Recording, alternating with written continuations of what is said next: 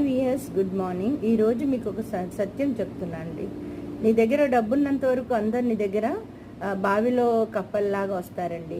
అది బెల్లం దగ్గర చీమలు వస్తాయి కదా, అలా వస్తారండి. నీ దగ్గర డబ్బులు లేనప్పుడు నిన్ను చెత్తతో సమానంగా ఉంచుతారండి. మంచి చెడులకు కూడా నిన్ను పలకరించే నాదుడు ఉండడు. కాబట్టి నీవు ఒకటే లైఫ్ కాబట్టి నీ సాధ్యమైనంత వరకు జ్ఞానంతో డబ్బు సంపాదించడం నేర్చుకోండి, డబ్బు కూడా పెట్టుకోవడం నేర్చుకోండి. ఇంకోటి, చేసిన మేళ్ళు మర్చిపోయిన వాళ్ళని జీవితంలో ఎప్పుడూ మర్చిపోదండి, వాళ్ళని ఎప్పుడు గుర్తించుకోవాలి.